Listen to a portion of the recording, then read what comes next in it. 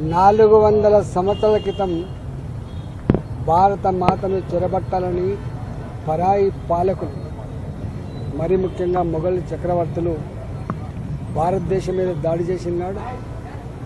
మన స్త్రీలను చెరబట్టినాడు, మన దేవాలయాలను కొల్లగొట్టినాడు, మన ఆనవాళ్ళు లేకుండా కుట్ర పన్నినాడు.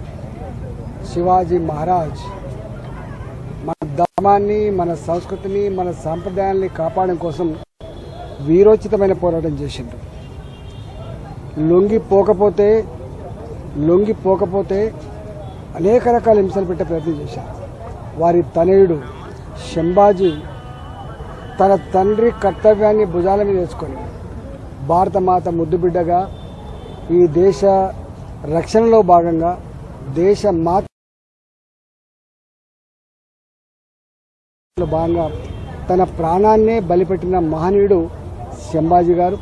ఇవాళ ఆ శంభాజీ గారి చరిత్రని భారత ప్రజానీకానికి మళ్ళొకసారి అందించినటువంటి సినిమా మొఘల్ చక్రవర్తులు మన మీద చేసిన దాడులు, మన సంస్కృతిని ధ్వంసం చేసిన తీరు, మన గుళ్ళ మీద దాడి చేసినటువంటి పద్ధతి, మన భారతమాత ముద్దుబిడ్డల్ని చిత్రహింసలు పెట్టిన తీరు ఎంత జుగుప్సాకరంగా ఉందో ఇలా ప్రతి భారతీయ పౌరుడి రోమాలు నిలబెడతాయి.